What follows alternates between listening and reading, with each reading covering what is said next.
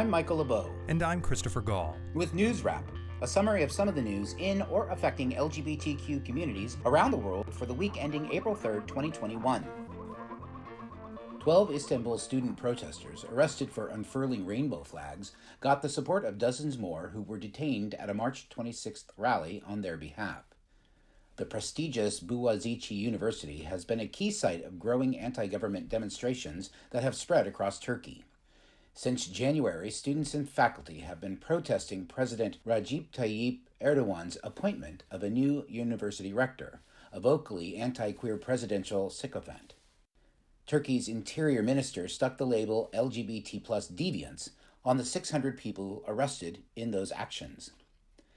The most recent demonstrations also denounced Erdogan's decision to pull Turkey out of the Istanbul Convention, an international pact designed to protect women from domestic violence. Turkey was an original signer of the document in 2012. Now government officials are arguing that it violates so-called family values and normalizes homosexuality.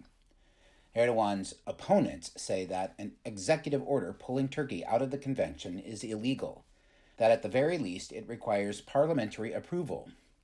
The 12 arrested rainbow flag-waving students were later released, but they are required to regularly report to authorities.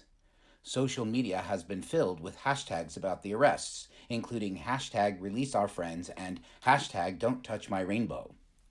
The Istanbul Convention is also in trouble in homophobic Poland. Lawmakers there are working on a proposal to not only withdraw from the agreement, they're developing a draft document for other nations that might want an alternative pact. Their new replacement treaty would specifically outlaw abortion and deny civil marriage to same-gender couples. Poland's proposed Convention on the Rights of the Family denounces what it calls the gender ideology of the Istanbul Convention. It claims the convention not only fails to protect the family and its members from pathological behavior, such as violence, but also leads to their intensification. The draft document refuses to recognize the existence of trans or intersex people, and states that the term sex should be understood as a set of biological features, including genetic features, enabling the objective distinction between a woman and a man. Ursula Nowakowska is the head of Poland's Center for Women's Rights. In her words, the draft is based on false premises and misunderstandings. It flagrantly contradicts scientific knowledge and internationally recognized values.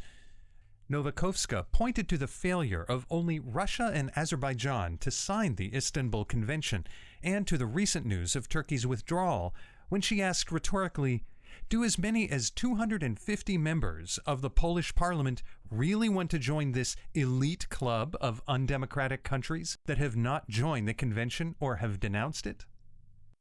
Uzbek activist Mirajij Bazarov is in the hospital after a savage beating because of his advocacy for the decriminalization of same-gender relationships.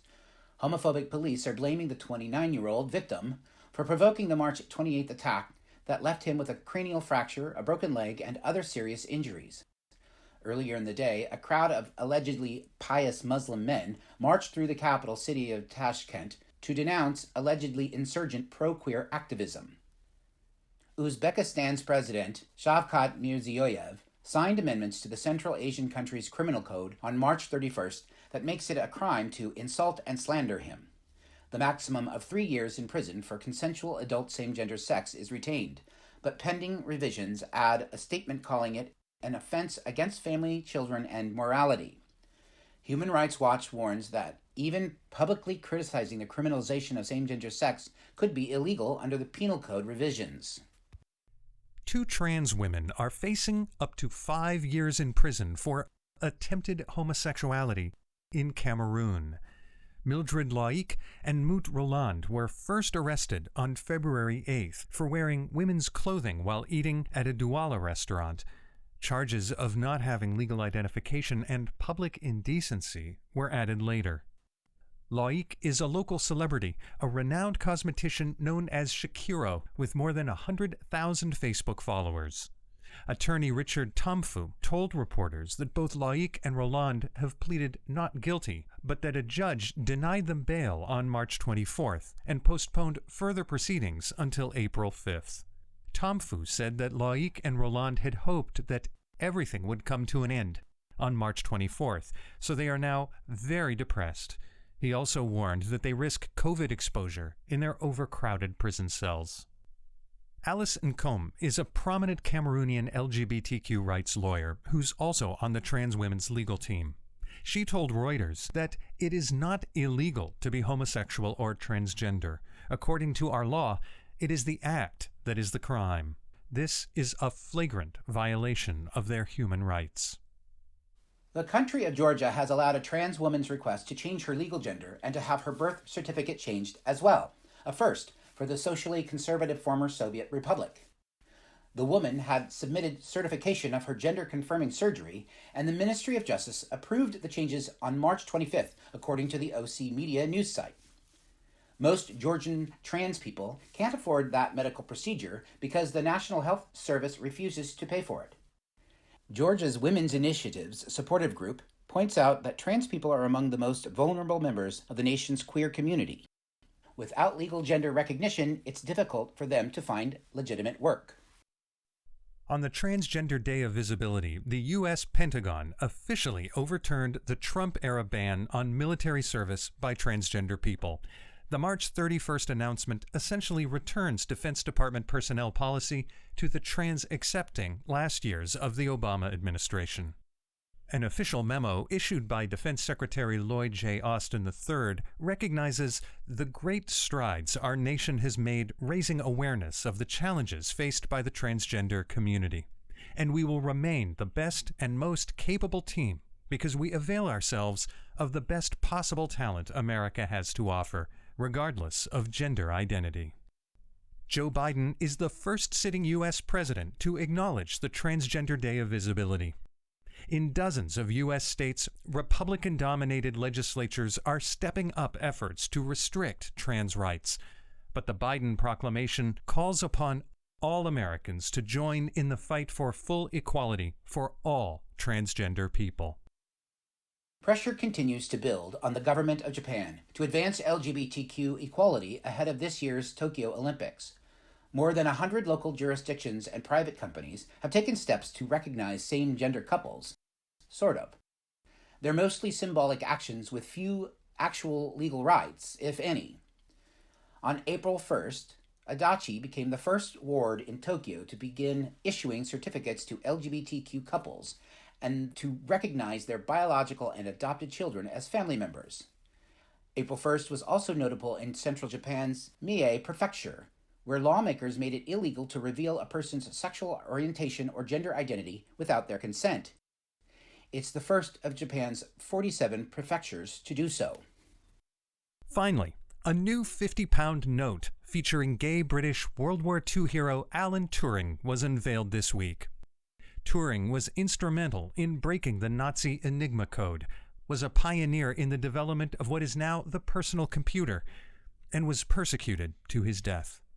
His sexual relationship with another man was revealed in 1952, and he was convicted of what was then the crime of gross indecency. He chose chemical castration instead of a prison sentence. Turing died by suicide in 1954. He was granted a posthumous royal pardon in 2014, and a law passed in 2017 in his name allowed thousands of men to apply for formal pardons from similar convictions. Jeremy Fleming is director of the UK's Intelligence, Security and Cyber Agency GCHQ. In his words, Turing was embraced for his brilliance and shunned for being gay. His legacy is a reminder of the value of embracing all aspects of diversity, but also the work we still need to do to become truly inclusive. The Bank of England says the 50-pound Turing banknote will enter circulation on June 23rd. The mathematician's birthday. That's NewsWrap, global queer news with attitude for the week ending April 3rd, 2021. Follow the news in your area and around the world. An informed community is a strong community. NewsWrap is recording remotely during the COVID-19 emergency. It's written by Greg Gordon, edited by Lucia Chappelle, produced by Brian DeShazer, and brought to you by you. Help keep us in ears around the world at thiswayout.org, where you can also read the text of this newscast, and much more. And you can listen to NewsWrap each week by subscribing to our This Way Out radio channel on YouTube. For This Way Out, I'm Christopher Gall. Stay healthy. And I'm Michael LeBeau. Stay safe.